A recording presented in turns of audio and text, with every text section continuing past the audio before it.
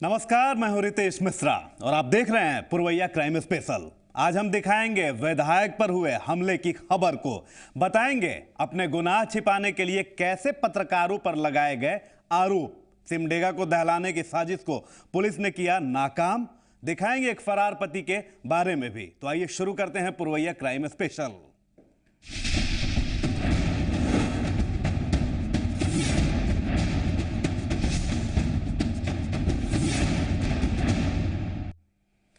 राज्य में नहीं थम रहे हैं आपराधिक वारदात। अपराधियों के हौसले दिन प्रतिदिन बुलंद होने लगे हैं। अब विधायक को भी निशाना बनाने से अपराधी बाज नहीं आ रहे। मधेपुरा के आरजेडी विधायक पर अपराधियों ने हमला कर दिया। विधायक जी ने भागकर कैसे कैसे अपनी जान बचाई। और सबसे चौंकाने वाली बात यह है कि विधायक ने किसे ठहराया हमले का जिम्मेदार, आप जरा खुद देखिए।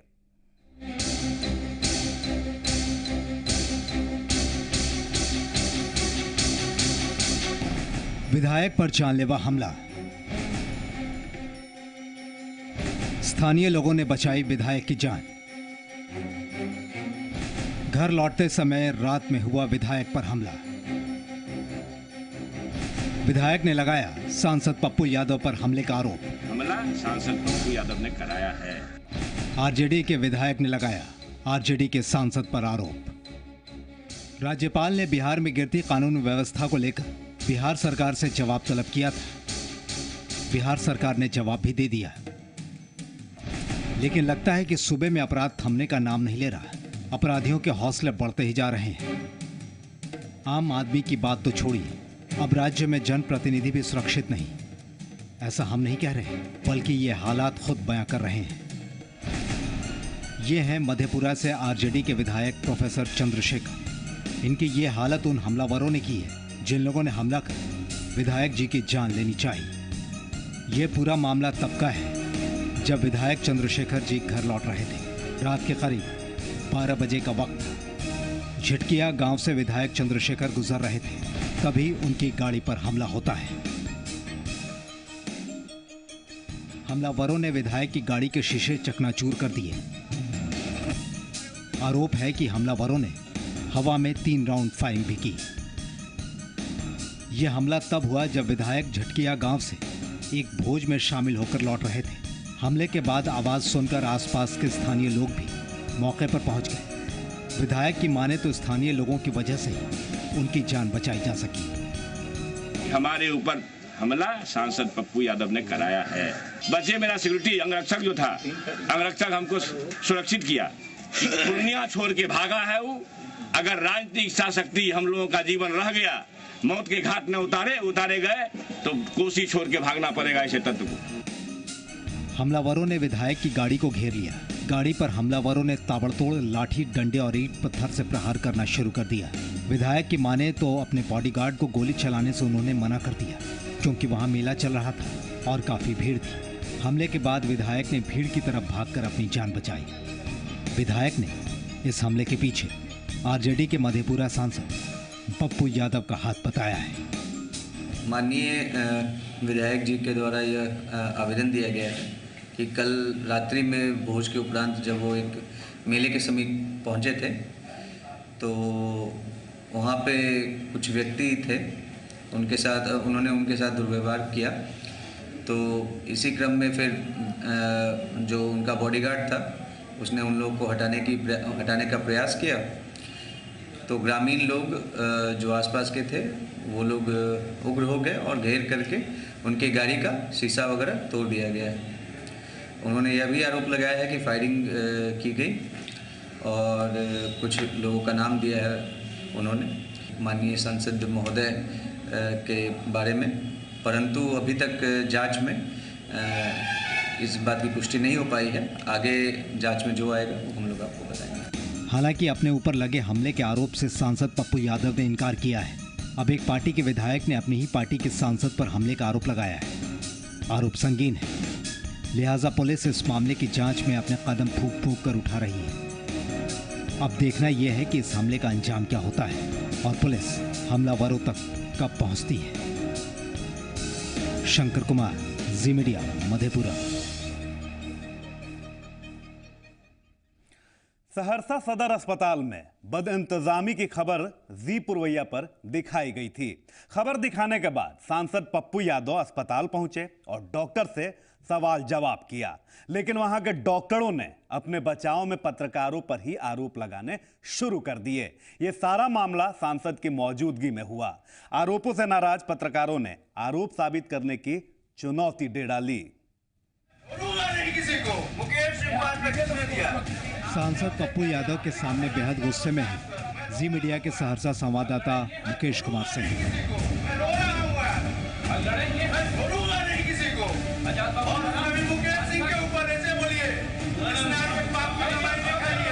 और गुस्सा लाजमी भी, क्योंकि अपनी नाकामी छिपाने के लिए सदर अस्पताल के एक डॉक्टर ने उनकी ईमानदारी और सच्चाई पर सवाल खड़े कर दिए। पत्रकार की बात आप क्या करते हैं साहब? ये लोग तो पेशेंट से बुलवा करके ये बाइट लेते हैं, जो इलीगल ये लोग खुद ऐसा करते हैं। सांसद पप्पू यादव के सामने पत्रकारों पर आरोप लगाने वाले सहरसा सदर अस्पताल के इस डॉक्टर का नाम है इसके आजाद। जरा एक बार फिर सुनिए अस्पताल में कुव्यवस्था को लेकर सांसद पप्पू यादव के सवाल पर उन्होंने क्या कहा। पत्रकार की बात आप क्या करते हैं साहब? ये लोग तो पेशेंट से बुलवा करके ये बाइट लेते हैं, जो इलीगल ये लोग खुद ऐसा करते हैं। डॉक्टर के इस आरोप ने ईमानदारी से पत्रकारिता करने वाले जी मीडिया संवाददाता मुकेश कुमार सिंह के जमीर पर जैसे चट्टान टूटा और उन्होंने वहीं सांसद के सामने डॉक्टर एस के आजाद को आरोपों को साबित करने की चुनौती दे डाली। मैं जानता भी नहीं हूँ। सिविल सर्जन साहब ने मुझे क्या तोहफा दिया आज तक, ये पूछिए इनसे। पूछिए जिंदगी मुकेश सिंह को आज तक किसने दिया? मुकेश सिंह को कौन पैसा करते हैं बताइए?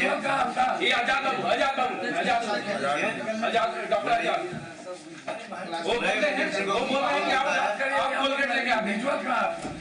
शायद आरोप लगाने वाले डॉक्टर को इस बात की उम्मीद नहीं थी कि ईमानदारी और सच्चाई की चुनौती सांसद के सामने उन्हें जलील कर सकती है। ए गलत हो, बी गलत हो, सारे पत्रकार को गलत कहना। जब देश के प्रधानमंत्री और कोई व्यक्ति नहीं आरोप लगा सकता है तो कोई एक व्यक्ति यह आरोप कैसे लगा सकता है कि इन लोगों का काम है आके चांदनी खोजना, आके रुगनी खोजना, आके मुगनी को खोजना और जबरदस्ती पैसे दे करके या जबरदस्ती किसी पेशेंट से बुलवाना, जबरदस्ती बुलवा करके ये बातें जो कही गई है वो गलत कही गई है। अब जरा इस पूरे मामले के पीछे का सच जान लीजिए। असल में 27 जनवरी की शाम जी पुरवैया ने अपने खास कार्यक्रम पुरवैया मुहिम में सहरसा सदर अस्पताल का एक ऐसा सच बेनकाब किया था जो मरीजों की जान पर भारी पड़ सकता है। हमने दिखाया था कि यहाँ स्वास्थ्य कर्मियों की जगह generator operator, ward boy, sweeper और दूसरे निजी अस्पतालों के दलाल मरीजों को पैसे लेकर इंजेक्शन देते हैं और सलाइन चढ़ाते हैं, जिसकी तस्दीक हमारे कैमरे के साथ वहाँ भर्ती मरीजों के परिजन ने भी की थी। बाजार का जितना दलाल है, नर्सिंग होम जितना खुला हुआ है कुकुरमुत्ते की तरह, उसका अपना अपना दलाल सब है। वो दलाल यहाँ आकर के क्या बोलते हैं कि इंजेक्शन देने का काम करता है, पैसा लेके, फ्री में नहीं, पैसा लेके। यहाँ पर देखिएगा रिक्शा वाला, ठेला वाला, टेम्पू वाला, यहाँ जो सफाई कर्मचारी है वो, यहाँ जो जनरेटर चलाता है वो, यानी कि उसका कोई माई बाप नहीं है। जिसको मना होता है वो आकर के इंजेक्शन लगा देता है, उसका बैंडेज पट्टी कर देता है, उसके बदले पैसा लेता है। यही वो सच है जिसके उजागर होने के बाद सांसद पप्पू यादव यहाँ पहुँचे थे और जब डॉक्टरों से सवाल किया तो उन्होंने पत्रकारों पर ही झूठा आरोप मढ़ दिया। बहरहाल अब सहरसा के सभी पत्रकारों ने यह ऐलान किया है कि अगर उन पर झूठा आरोप लगाने वाले डॉक्टर पर कार्रवाई नहीं हुई तो वे भूख हड़ताल शुरू कर देंगे। ब्यूरो रिपोर्ट, जी मीडिया, सहरसा। तो जन सरोकार से जुड़े सवालों को उठाने पर अब अधिकारी पत्रकारों के निष्ठा पर ही सवाल करने लगे हैं। बहरहाल वक्त है एक छोटे से ब्रेक का।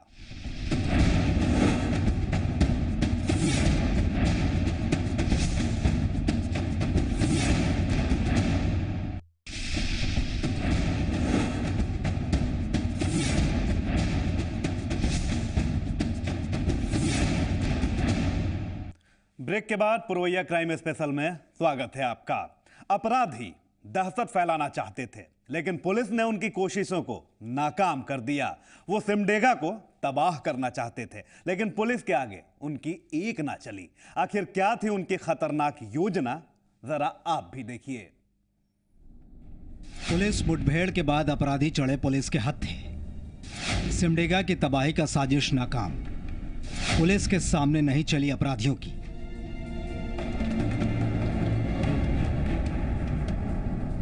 उनकी योजना सिमडेगा में दहशत फैलाने की थी, लेकिन पुलिस ने उन अपराधियों के मंसूबे पर पानी फेर दिया। जिस खबर ने सनसनी फैला दी थी, उसके सूत्रधार पुलिस के हत्थे चढ़ गए। हम आपको पूरा मामला सिलसिलेवार बताते हैं। ये मामला है 23 जनवरी का। खबर आती है कि सिमडेगा के एक स्कूल में बच्चों को बंधक बना लिया गया है। खबर फैली कि बंधक बनाने वाले कोई और नहीं बल्कि नक्सली थे। इस खबर के फैलने के बाद सनसनी फैल गई, लेकिन जब वहां पुलिस और मीडिया की टीम पहुंची, तब जाकर मालूम हुआ कि यहां नक्सलियों ने किसी को बंधक नहीं बनाया। मामला ही कुछ और निकला। पता चला कि स्कूल में अपराधी पहुंचे थे और वो टीचर से लेवी मांग रहे थे। इसी डर ने हेडमास्टर श्रवण राय को रूम में बैठने को मजबूर कर दिया। इसमें सबसे बड़ी पुलिस की उपलब्धि ये है कि ये जो गिरोह था कमलेश साय का, ये पहाड़ी चीता के नाम पर अपना संगठन चला रहा था हमारे कुडेग और तपकरा थाना में। तपकरा जो जसपुर का थाना है। हाल ही में 23 तारीख को इसने सरोज साय नामक शिक्षक को, जो उरुम केला प्राथमिक उत्क्रमित विद्यालय में पारा शिक्षक हैं, उनको स्कूल में ही जा कर के इसने एक तरह से हथियार के बल पर उनको धमकाया था। उनके साथ अन्य टीचरों को भी धमकाया था और 3 लाख रुपए लेवी का मांग किया था और बोला था कि नहीं देने पर उनको मार दिया जाएगा। इस वारदात के बाद सिमडेगा पुलिस की परेशानी बढ़ गई। वो सोचने लगी कि आखिर कौन सा गिरोह है जो पारा टीचर से लेवी मांग रहा है, वो भी 3 लाख रुपए। जिले के पुलिस कप्तान खुद मामले की जांच में लग गए। गिरोह की तलाश में छापेमारी जारी थी। मंगलवार की रात को इस गिरोह का सामना पुलिस के साथ हो गया। गिरोह ने पुलिस पर फायरिंग शुरू कर दी। पुलिस ने भी जवाबी फायरिंग की। पुलिस के सामने गिरोह के हौसले पस्त होने लगे। इस गिरोह के 4 लोग पुलिस के हत्थे चढ़ गए। पुलिस ने मौके से 2 माउजर, 1 बंदूक, मोटरसाइकिल और एक स्कूटी भी बरामद किया है। बरामद मोटरसाइकिल झारखंड और छत्तीसगढ़ से लूटे गए थे। ये न्यूज़ बड़ा सेंसिटिव हुआ था पूरे मीडिया में, पूरे देश में लोग इसको देखा था और उस समय से पुलिस प्लानिंग कर रही थी कि चाहे जो भी अपराधकर्मी हो उसको पुलिस नहीं छोड़ेगी। और उस समय से हम लोग विगत 5 दिनों से इस गैंग को ट्रैक कर रहे थे। फाइनली पकड़ाने के बाद ये क्लियर हुआ कि यही गैंग जो था उस एरिया में ये काम कर रहा है। जो ये पकड़े गए अपराधकर्मी हैं, जब इनसे पुलिस के द्वारा पूछताछ किया गया तो इनके द्वारा बताया गया कि जंगल में 2 बाइक ये छिपा के रखे हैं। वो दोनों बाइक पुलिस सुबह में जाके बरामद की, जो कि लूटी हुई है, वो भी बाइक लूटी हुई है। इस तरह से कुल मिलाकर के 4 गाड़ी इनके पास से बरामद हुआ। पूछने पर ये बता रहे थे कि अपने गिरोह को संगठित करने के लिए ये बाइक जमा कर रहे थे ताकि यंगर जनरेशन के लड़के बाइक के लिए आएंगे और इनके गिरोह में सम्मिलित हो जाएंगे। गौर करने वाली बात यह है कि अपराधियों के पास से मिले पिस्टल पर मेड इन यूएसए लिखा हुआ है। पुलिस इसकी फॉरेंसिक जांच कर रही है कि वाकई ये विदेशी पिस्टल है या फिर होममेड।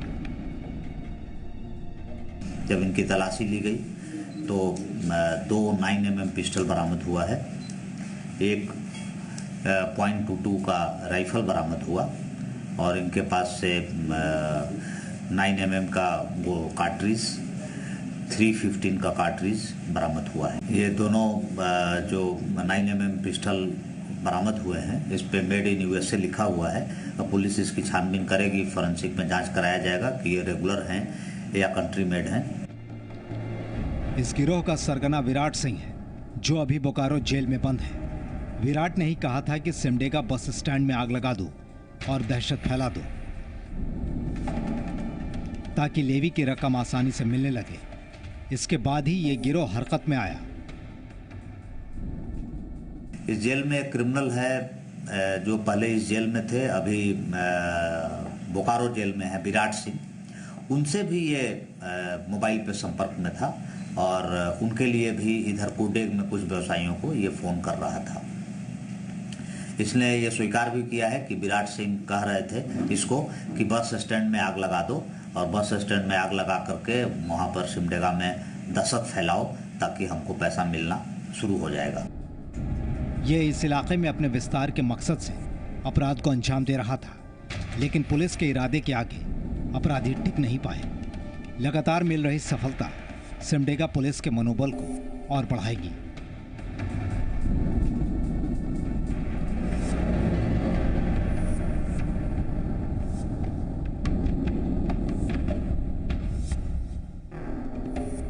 श्रीरामपुरी, जी मीडिया, सिमडेगा।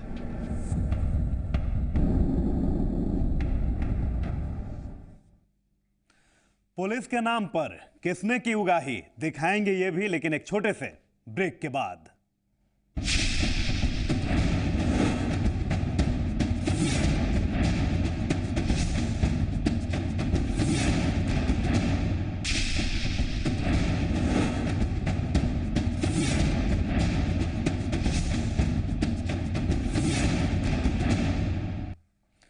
और अब खबर एक फर्जी पुलिस वाले की। वो फर्जी पुलिस अधिकारी बनकर लोगों को बना रहा था अपनी ठगी का शिकार, लेकिन पुलिस के हाथ आने से नहीं बच सका वो। आप खुद देखिए एक फर्जी पुलिस वाले के जुर्म का पर्दाफाश।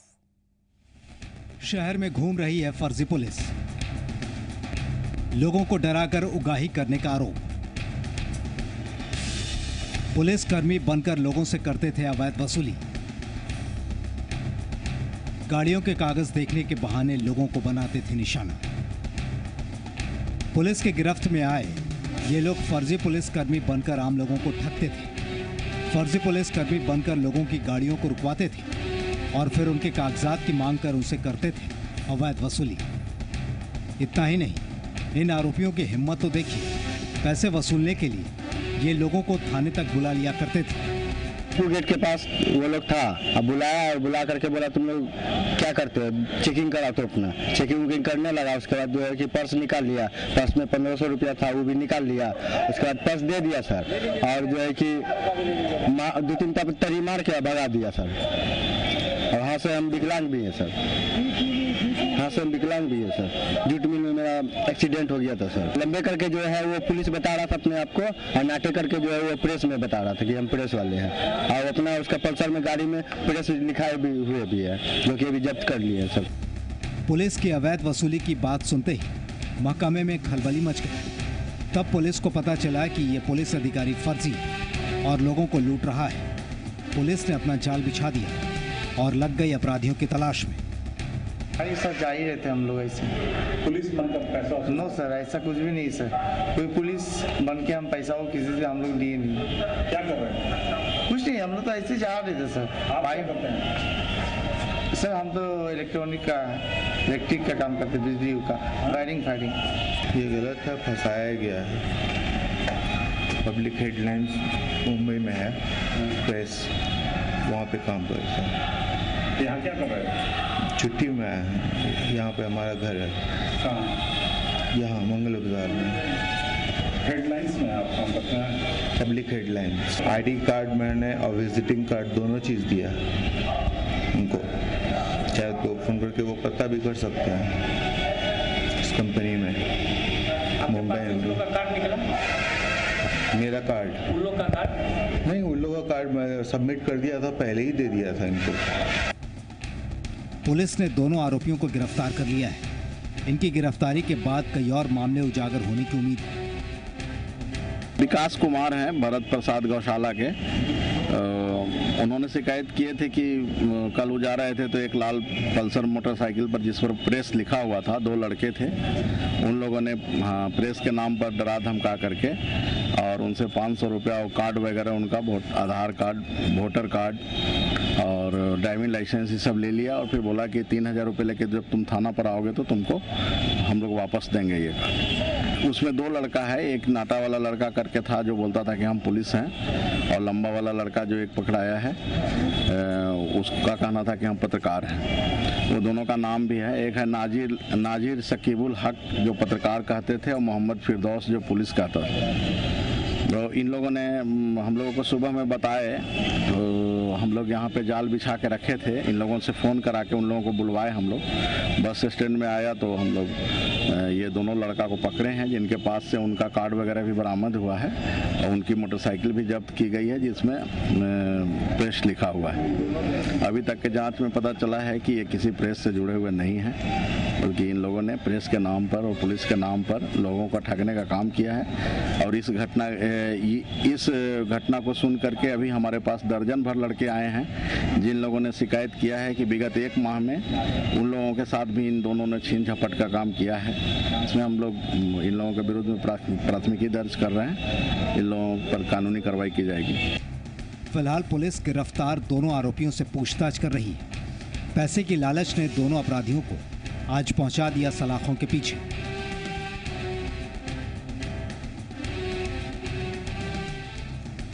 राजीव रंजन, जी मीडिया, कटिहार। जब अपने साथ छोड़ दें तो पीड़ा पर्वत सी हो जाती है और दुनिया पत्थर दिल दिखाई देने लगती है। दरअसल पूर्णिया की हाविजा का शराबी पति पिछले 1 साल से लापता है। लिहाजा अकेली पड़ी हाविजा के सामने परेशानियों का पहाड़ और दुखों का बयार है, जिसे वो मदद की उम्मीद में बरबस झेलने को मजबूर है। बच्चों की ये चीख यूं ही नहीं है, बल्कि ये दर्द है भूखे पेट का।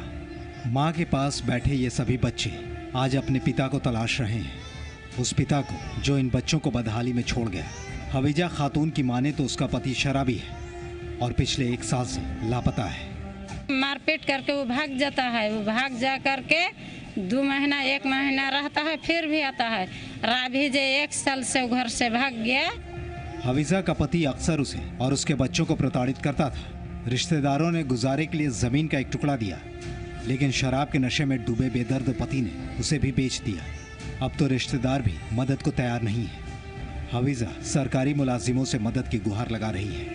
हम लोग की कितना घंटा करेंगे बाबू, उसको परिवार उसको नहीं देख रहा, हम लोग क्या देखेंगे? हम तो बूढ़ा हो गया, हम तो देख सकेंगे। उप संदर्भ में महिला थानाध्यक्ष द्वारा उसका बयान लिया गया, कांड का अनुसंधान किया जा रहा है और कांड का अनुसंधान कर तुरंत उसमें जो विधि सम्मत कार्रवाई की जाएगी। ऐसी कोई बात नहीं, इसमें वहाँ के SDPO साहब को आदेश दिया गया है सरकारी स्तर से जल्दी से पर्यवेक्षण करें। ताउम्र साथ निभाने का वादा कर पति बीच सफर में ही दगा दे गया, लिहाजा हवीजा को चिंता अपने बच्चों के भविष्य की है और यही चिंता एक मां को मदद के लिए दर दर भटकने को मजबूर कर रही है। मनोज कुमार, जी मीडिया, पूर्णिया। और इसी के साथ पुरवैया क्राइम स्पेशल में आज बस इतना ही, लेकिन हम आपको करते हैं जुर्म से सावधान और आप रहें सुरक्षित। इसी के साथ दें इजाजत, नमस्कार।